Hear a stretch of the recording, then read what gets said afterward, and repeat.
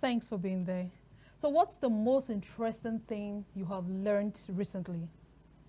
While you ponder on that, we're going to explore the importance of continuous learning and how it can benefit our personal and professional lives. Excuse me. So joining us is Akman Nam. Akman Nam. No, I'm going to say the Akman Nam. Henry Ukpa. Henry, yes. AKA Humble Ukpa. He's a coach, he's a trainer, a speaker, also an entrepreneur, and he's a host Humble's Live class. All right, Mr. Humble, I'm going to take that part. You're welcome to the show. Thank you very much. Good to be back here. Coach Humble. Thank you. And it's always a delight having you on the set. Absolutely, So, absolutely. I'm already excited because I know the show is going to be yeah. Free learning. Yeah. All right, you're welcome, Coach. Thank you very much. All right, so let's Appreciate start this way. Talking about continuous learning, like Eddie rightly said, is something that, it's so broad and Yeah, all that. that's quite broad. But let's start with you. What is that thing that you've learned recently that has impacted your life, like doing so much for you now? Actually, I don't know how to approach it, but I have always been this person who enjoys learning a lot. Okay. In my career life, my relationships, my business, in various aspects of my life, I just keep moving the post because it is the only way you can stay relevant. It's the only way you can, as a coach, if you don't keep learning, you don't keep growing, you become obsolete. You won't have something to offer. Exactly. So since I do a lot of speaking, a lot of teaching, I do and coaching. Because of that, I read a lot, and I have various. As we go on in the show, I'm going to share how I do it. I'm going to share on the channels that are available because a lot of people have issues with learning. You know, they just think it's about formal education. When it's done with done with formal education, they think it's over. But this is an opportunity for people who don't know. Okay. Like for example, what I do with Humble's Live class, the platform was formed to bridge a gap. I noticed that some people have need to learn, need for mentorship and coaching, but they didn't have access to these people. So I created the platform where I now bring mentors, resource persons, coaches, and so on the platform. So this platform creates an opportunity for people who have need for the advice and the resources to meet with the persons and the resource persons, you know, and then that platform creates an opportunity, just like what you're doing here. You're bringing me here. You call it free, you know. You know, so you may call it free, but you know, I enjoy doing things like this because what's the use of your talent, your gifts, your strengths if you cannot share, you cannot impart and change lives? It doesn't make sense. You know, but when we talk about continuous learning, one will be wondering, what is continuous learning? So what is important about continuous I think learning? Continuous learning to me would be the things you learn outside the academic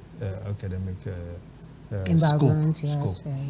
In fact, that's where it begins more because when you're out of school, you begin to confront life and find out that what you were taught in school and what you are experiencing in life is different. And if you are going for jobs, you're going into business, the marketplace speaks different kind of language. And if you were not prepared or taught, in fact, if you don't have the ability to adapt, adaptation here means continuous learning.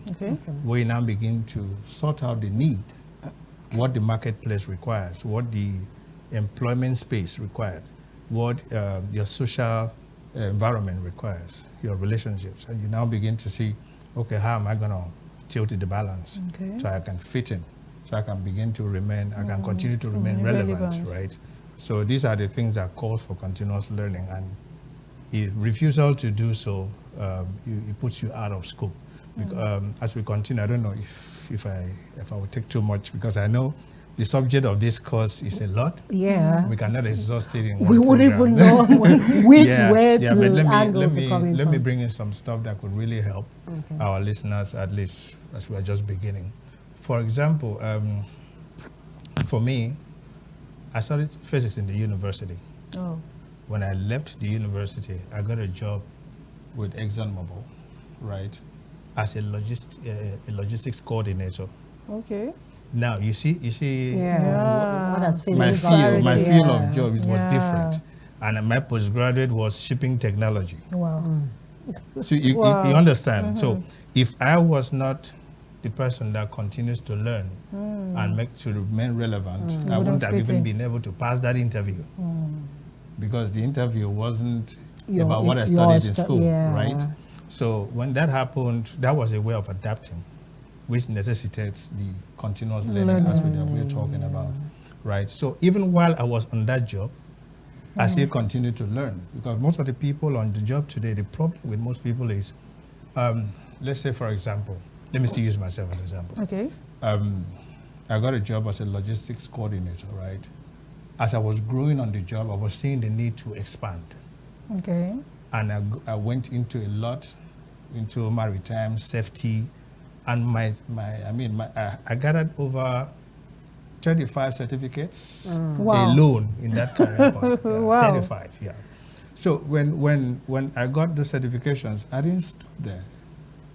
When I say certifications in that particular field, then I now decided, without anybody telling me, I decided to learn and gather certificates also on courses as well as things that would be beneficial to me in case I am not on the job again. Wow. Okay. That's where the coaching certification and all that came to play. I see. All the certification was to hone my passion and gifts, not what I studied in school. Right? So when that happened eventually, when I was no more in that company, I was able to come up with the coaching stuff and all that. I was still relevant in the system, even when I was not on the job. Yeah. You know, the problem we have in our society is, you see, in the history of human evolution, from the Stone Age to the agricultural age, to the industrial age, to the information age, and now in the conceptual age. In every transition from one age to the other, some people are left behind, Absolutely. and some people remain relevant. Absolutely. In the Stone Age, right, man was more into using tools, improvising bones as axe, Okay. sharpening it to use sticks as spears for hunting, right? It was more of nomadism, right? Nomadic behavior from man. So as villages grew into town, right, the demand increased. And there was now need to have large farmlands. So you no more think me, my skill, my spear. There was now need to employ people, acquire more land so that your produce will be able to feed more. Absolutely. And even beyond your sphere of community and stuff like that. So more people you serve meant more money, which is still the fact today, right?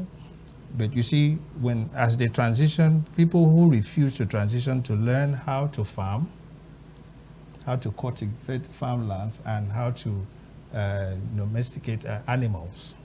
People who refuse to do that were left behind. And people who learn this new skill were still relevant in the new age. You see what happened? Yeah. So now, from the agricultural age was the industrial age. In the industrial age was the introduction of machines. Yeah. So with machines, you can farm more land. Mechanized farming came to play. You can farm larger amount of space of land in shorter time and with lesser people. Yeah. So people who learn how to operate machines, Became how very to read relevant. and write, and understood how to run timetable and be loyal to the instructions they were given, became relevant in the new economy. People who didn't make that adaptation now were left behind. So the same thing happens when the information age came. Access to information was available, right? People pivot. Yeah. Some people decided to remain where they were. unfortunately for Nigeria, we are still operating the concept of the industrial age. We are still training people because it was in the industrial age that the academic system was introduced. Okay. Because now you needed to have people who could read, write, follow structured timetable and instructions, right? Okay. So that's when academic came in. So because of the relevancy of the economy of that time, academic system was tailored to train people for engineering, law, Yeah, professional courses. professional courses that we still run today. Yeah. Nowadays, some people even, if for example, a child decides to study another course outside that school, parents sometimes Feel they are not. feel like they are wasting their money and time. Yeah, so you just said something, and I'm so eager to Jump cut in there. Please, go ahead. Yeah. so you know, from your illustration and given the background where you're coming from, that you studied physics, then went into logistics, you know, maritime, and all of that, they were not related. So what would be your advice to people as regards continuous learning? You know, some people are so stereotyped, like if something is not in line with what they are doing, you could have just done something in relation to physics, you know, and you keep growing. You're doing your master's, your PhD, it's physics related. So at that time, you're limited. So when opportunity presents itself, you find out that you can't, you know. So what as a coach, what's your take for people out there to be able to diversify? Okay, like I mentioned in that illustration, if you don't pivot through continuous learning, you'll be left behind. Yeah, exactly. Nature just takes its course. Exactly. It's nobody's doing. In fact, if you want to be relevant, you must continue learning. It's just how and what will make you continuously be relevant. Life is very dynamic. Time moves, life moves. If you don't move with it, you're left behind. That's what it is. So as it is now, if I may continue from where I stopped, moving from the information age where access to information and people who were willing to learn more, acquire more knowledge through the accessibility to information and growing, cultivating themselves to do more and become relevant for the future or their own selves. You find out that transitioning from the industrial age into the information age is where you begin to have A students work for C students. Okay. Am I making sense? Yeah, sure. Because people who face the resistance of the academic systems pivoted or came out of school find out that they have something stronger. They're stronger in a certain thing that is not taught in school. Exactly. That is not under what the cultural bias accepts. Now, when that happens, the people decide to go into business, decide to go into trading, distribution, learning things that are outside, you know, the school scope or what the culture accepts as premium courses. So they decide to hone those skills, learn those things. And let me use, for example, our Igbo brothers, not far from us here. They have this culture. Most of those guys have not gone to school, but they go through that 7 years apprenticeship, learn business and understand, execute, and win in business more than people who go and study business admin in the university. True. True. I mean, these things are very, it's just in front of us. Exactly. Those guys do far better. And if you understand these things, you know that these guys will still remain relevant in tomorrow's economy because they're still learning the market dynamics every day, face to face, hands on, and they will still remain relevant. And that's why continuous learning is very critical. Because learning, I'm sorry, let me end by saying this. You see, it's good to learn what you learn in school, right? Continuous learning makes you relevant.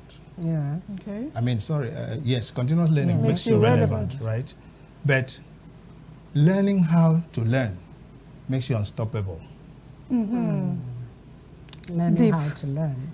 So you're going to tell us about how to learn, but I think people, I think that would bring us to where you tell us the channels that one could harness, you know. No, before we talk about Chada, because he said learning how to learn, and that should take us to why is it that some persons would rather stay where they are? We should talk about some of those challenges people face that, Okay, that you know, would not help hampers them. Okay. learning. A lot of them has to do with belief systems. Okay. If you see there's a lot to talk about. I'm trying to look at what's going to fit into the scope of time. If you study our academic system, you will understand that some people come out of school and they are tagged as not brilliant. Yet these people come out of life and are doing very well. Okay.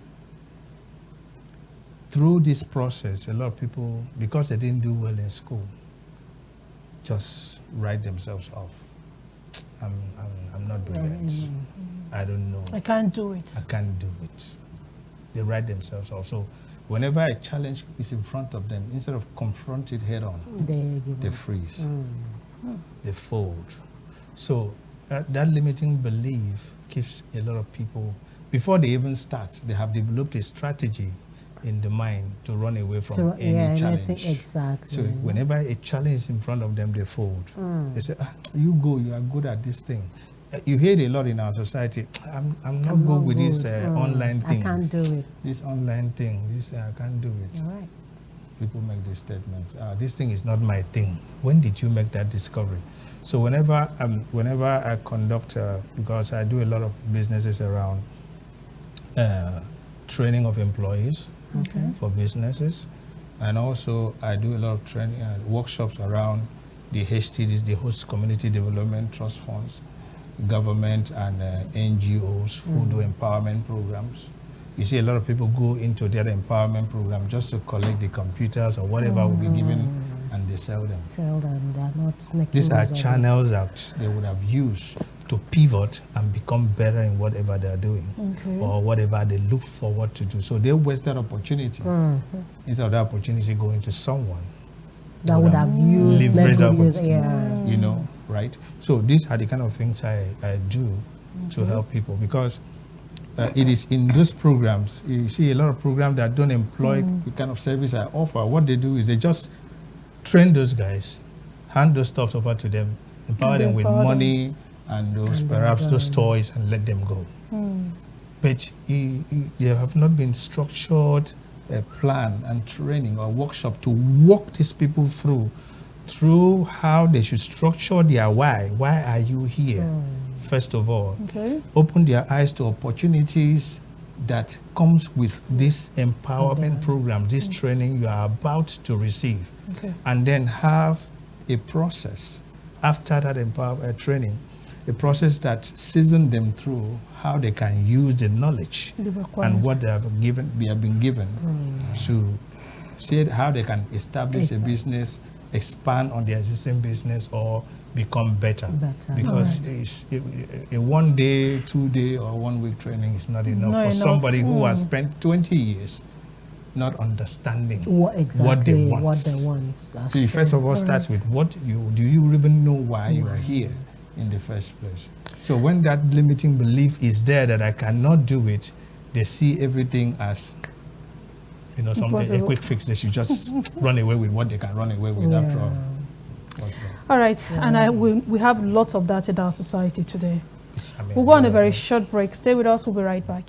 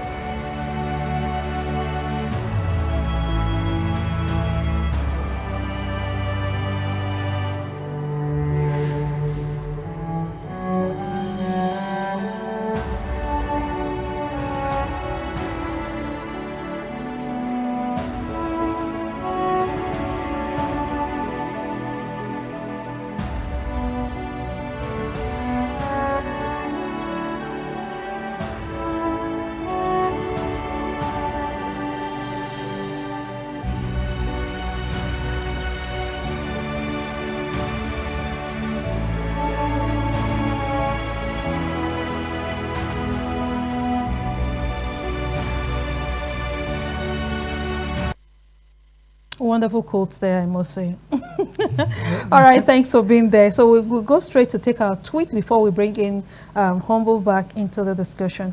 We'll have our first tweet here. It says, the future of work demands lifelong learning. AI and automation requires new skills, but our human touch should remain crucial. By staying curious, we shape fulfilling careers. Okay. Continuous learning is the engine of growth and the foundation of resilience. Life changes, industry evolves, and knowledge that once felt sufficient can quickly become obsolete.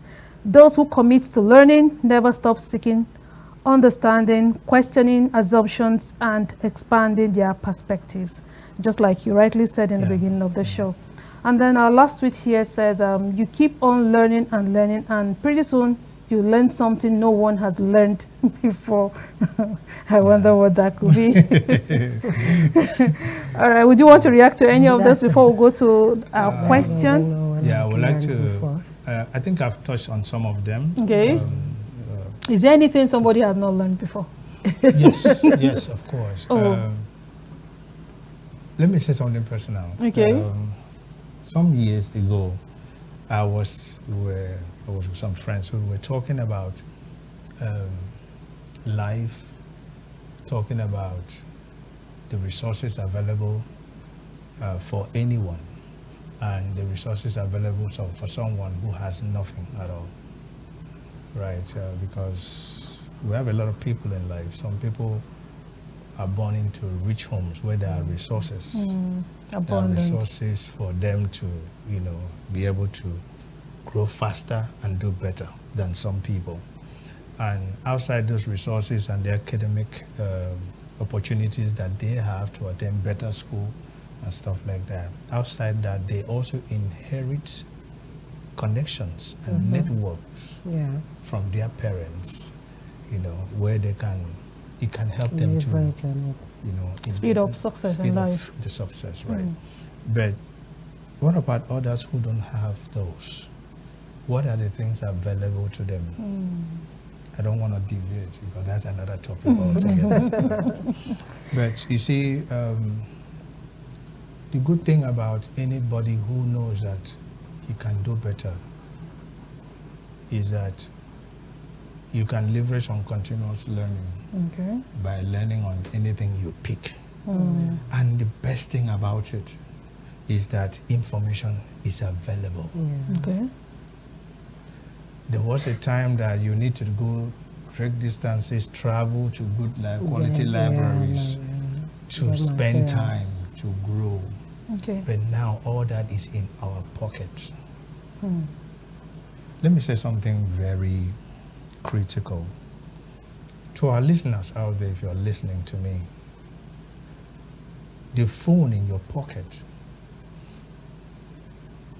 is like having the best personal assistance ever. The phone you carry is like having the best personal assistant ever. Now we have AIs like ChatGPT, you have Gemini, you have DeepSeek. There are a lot of them out there. Even as a coach, I have conversations with these apps, and I get to learn new things that I didn't know. Again, perspective and context that on my own I wouldn't have been able to figure out. Right? And the great thing about it is the more you engage, the better you get at using them to become better. Absolutely. Now, you didn't just start with those things, or you don't just do those things. Now, can you just tell us some of those strategies we put in place for continuous learning? The beautiful thing about it is you need to know, first of all, that it's possible, that everything is possible. If you don't, you freeze at the first thought of it that I'm not able to do it. You go to bed and you're like, I tried, it didn't work. One of the key things that drives continuous learning is curiosity. You have to be hungry for it. Hungry enough. In fact, growth is an uphill task. To grow in life is an uphill. It's not. You don't slide to it.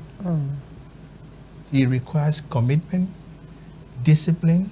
It requires you sitting down, having a plan first, and developing that planning. Okay. Planning. You know, there are different approaches. Okay. First of all, sit down, you have an idea, and you now begin to say, okay, how do I move from where I am To the to next where I point. want to be? Because more often than not, you will find out in the process of continuous learning, you will find out that where you thought was going to be your destination was not it, True. right? So as you progress towards that and you discover more channels, better things, you discover even things about you that you didn't know in the beginning. Because I tell people from personal experience, anytime people approach me, I say this. One of the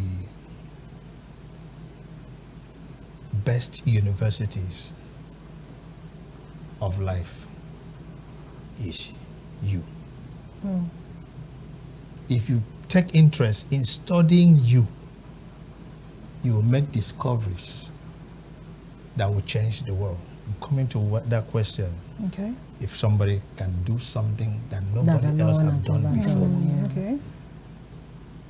you will agree with me that nobody can be Nancy more than Nancy. True.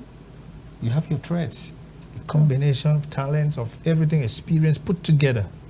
It's you. Nobody can, take that up and be you more than you, True. right? So if you come with your collection of gifts, collection of talents, education and experiences, because nothing just happened in life. Nothing just happened. Your collection of experience and challenges are there to mold you to become and to lead you to that expected end, right? So if you are careful and make thorough effort to studying yourself, you'll be amazed at the set of things you'll come up with. The way you think, your strategy in approaching the vicissitudes of life will be very different with how another person does it.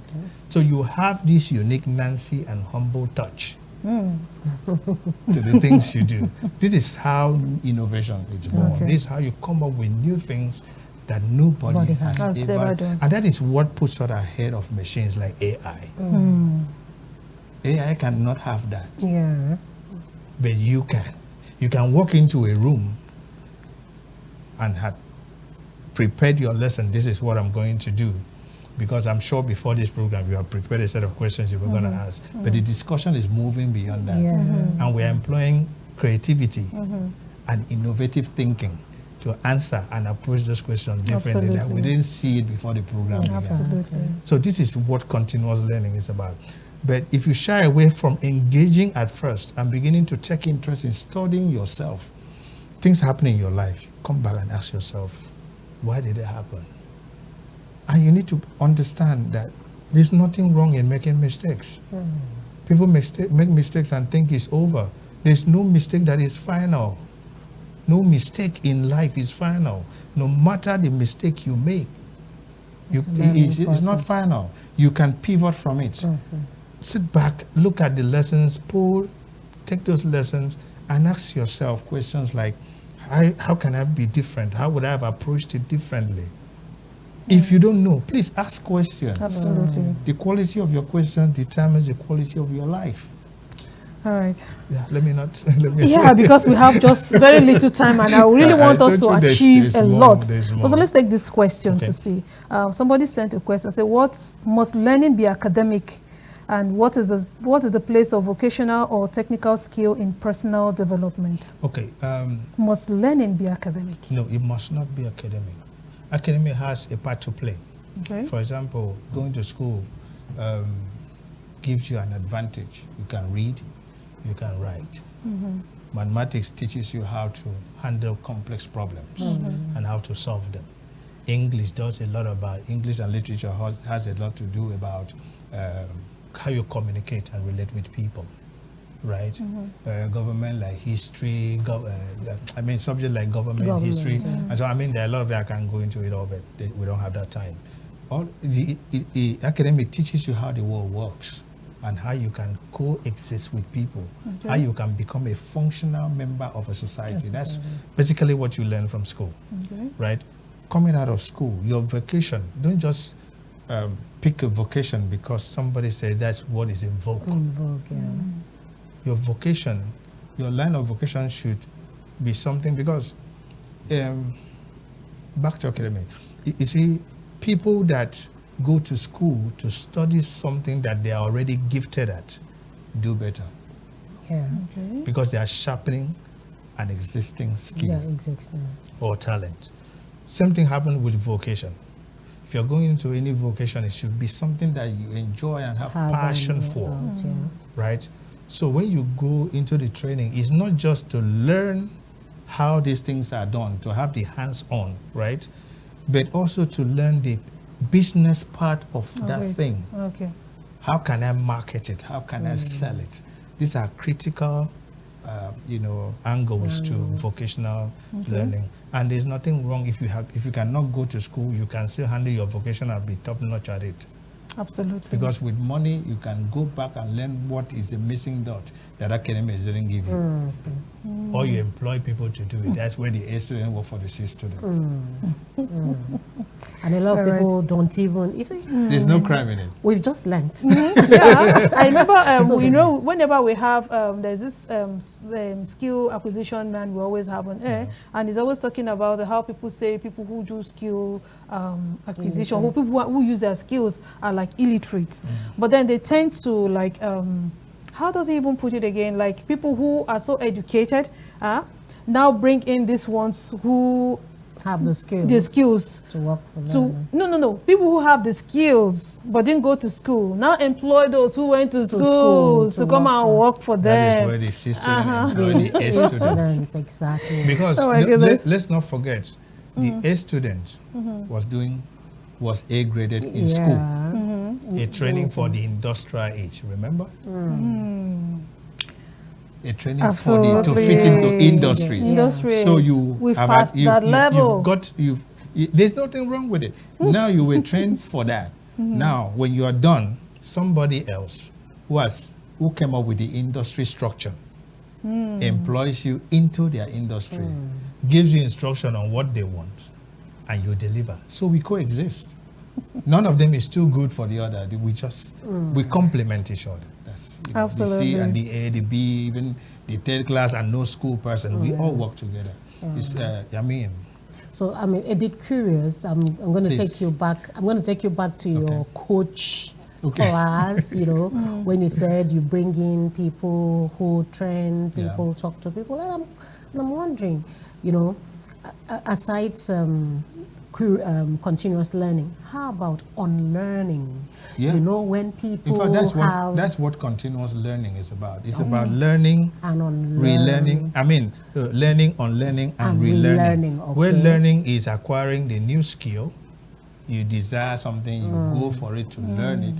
Unlearning is that there are some things that you learn that are no more relevant. Exactly. You now decide to let go and relearn the new things that will be relevant, not just for today but for tomorrow. Exactly. Okay, I just needed those lines because it's going to help someone. So when we talk about this, because he didn't finish answering that question, I wanted that strategy, because I know there are strategies to doing things, right? Now you want to learn a new skill. How do you go about it? Like setting the time, which is the most, I think... the plan and the planning of... Yeah, people talk about time management a whole lot. So how do you encompass all these problems to overcome all of them to achieve that thing you want to learn? Yeah, I understand you very well. I've gone through this process. Okay. So I would like to approach it this way. The problem with the issue, one of the issues with continuous learning is that you wait for crisis before you want to start learning. Okay. Yeah. You wait for the need to arrive before you want to go into learning. Okay. You need, that's why it's important you understand you first. Understand what makes you tick. What is it you want? and begin to make moves towards these things. Okay. You see, the advantage, I come back to this again, I can't say this enough. Access to information is everywhere. There's affordable, there are free resources. YouTube, you have Google, you have the charge, I mean the AI platform. There's a lot. And you have people too around you that you can approach. You have books, you have materials. You see, the unfortunate part is that people do not, first of all, understand that they need to learn. That there is need to learn. Because it is when you discover that there is need to learn that the curiosity will drive you into learning how to learn. Because we all learn differently. That's why in school, we go to school, some people are doing better than some people. For example, there are people who learn faster and better visually. Okay, yeah. Some learn faster and better through auditory. Some through writing and reading. True. And some through kinesthetic, hands-on. So we all learn differently. Which of these ones are you?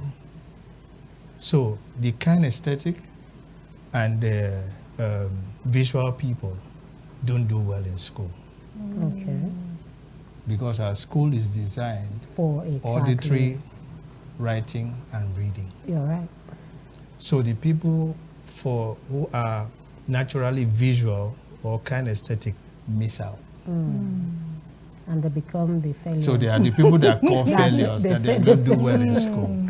And if you are not lucky to have a teacher, a lecturer, or a school who understands these things, and your teacher or lecturer from your nursery, you are fortunate to have this kind of people who understand this and package that lecture, every lecture that they are delivering, to address and to attend to all this type of learners. Some people will miss out. You're right. True. So these are the challenges that we have. So when once you are able, you come to understand how you learn, which category you fall under, that sets you up for the win to begin. Because you now know that, okay, going through Google won't help me.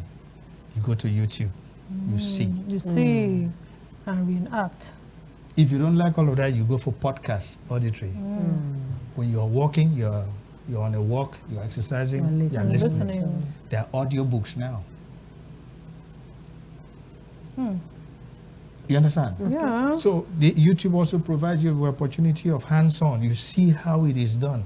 I have mechanic friends who have challenges working on cars. And what do? They go on YouTube to find out how it's done.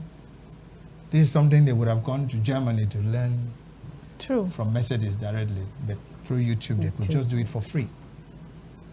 So anybody that does not, first of all, understand that there is need for it, is setting itself up to be obsolete.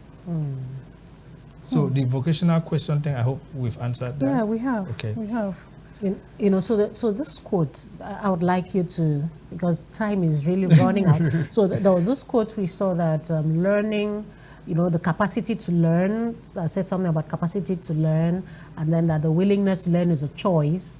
Capacity to learn. I don't know if the director can get I wish can pull it up. Yeah, which the director can. Okay, the capacity to learn is a gift. Okay, the ability to learn is a skill, and the willingness to learn is a choice. Absolutely. Keep it there. Yeah, exactly. Let's take it line by right. exactly. I think we should wrap up the with capacity to learn is a gift. Yes, we are all gifted with the capacity to learn. They are limitless. I mean, your brain will not overload if you go into learning anything you want to learn. The mind can handle it. Okay. There's no supercomputer in the world that can match the capacity of the mind. In fact, they all mirror the mind. Right? So the capacity to learn is a gift that you already have. So this overrides the limiting belief that it's not my thing, I cannot. If you put your mind to it, You will. you will fix it. you will do it. If it's not important to you, that's where the why comes in. If you define the why, if your why is strong enough, right? If your why is strong enough, there's nothing that can get in your way. Okay. Right. So if you move to the second that says the ability to learn Is a skill. is a skill. Nobody is born. It's skill. The ability to learn is a muscle. Through exercising, you build it. It's an ability. To be able is through practice. Practice doesn't make perfect. Practice makes improvement. Okay. So what happens to the practice makes perfect? Whoever said that wasn't talking about the real deal. So the real deal is practice makes improvement. Okay. As you continue to practice, you keep on improving. If you go back to when we all grew up and started school, started learning how to say ABC. So continuous practice. Nobody has taken notes or observed it. I have not read it anyway yet. Perhaps somebody has done it, but I don't know. There's a number of times you will have to go from A to Z before you master it. Before it sticks to the head. Yeah. Practice makes improvement. So the more you start and continuous practice can now perfect, right? That is it. Okay. So nobody was born with everything you need. Nobody was born with it. So as we continue to grow, it takes interest, takes commitments, takes discipline. As you continue, you grow. So the last line says the willingness. The willingness is a choice, which is what we're talking about. That's what we're talking about. That's just it. If you think that you are too big, you don't have the time, you don't have the resources, you are not blessed with people, or because your father didn't leave you 10 million naira in his account when he died, or somebody, you didn't inherit something. If you think and blame outside circumstances and people for your problem, then you will realize, because in life, you may be born poor. That's not your choice. But if you die poor, that's absolutely yours. Because you have time. Everybody has 24 hours. Everybody, the sun rises on them, sets on them, the rain falls. The same thing everywhere. The same things happen to everybody. What makes the difference is how you interpret what is happening. We human beings, we are meaning-making machines. So the same thing happens to the same person. Okay, two people. Let me say an example. You and I had planned to go out tomorrow morning to make sales. We want to sell this mug, right? We are given this mug to sell, and the more you sell within a week, the more money you make. We wake up tomorrow morning and it's raining. You say, thank God it's raining. Everybody will be home today so I can catch them at home to sell. And I say, oh, it's raining. Time to sleep. Nobody will come out to buy. Same happening. We have to go. We have to go, Mr. Humble, and that's the sad part of this whole thing. We have to go. We'll have a part 2 of this. I tell you, we have to continue. Because from the beginning, we had established this fact that we won't exhaust it. We have to come back for part 2 of continuous learning. Exactly. Thank you so much for an insightful time with you. Anytime. All right, so as we wrap up today's discussion, remember that continuous learning is a journey, not a destination. So keep exploring, learning, and growing. So from all of us here is bye-bye, and thanks for watching.